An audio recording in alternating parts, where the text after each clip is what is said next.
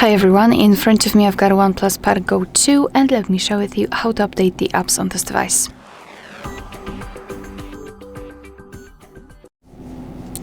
So first of all, make sure that you've got the internet connection and then let's open the Play Store. Of course, you will need to log in. Here, let's tap on the circle in the right upper corner, which is your account, and tap on Manage Apps and Device. Then let's tap on Updates. And right here we've got the list of apps which can be updated. So now it's completely up to you. You can either tap on Update All and your device will download all of them, or you can tap on Update one by one manually and update the apps which you want to.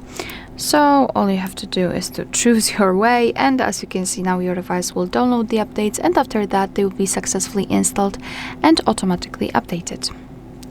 Alright, so that will be all. Thank you so much for watching. Please hit the subscribe button and leave the thumbs up.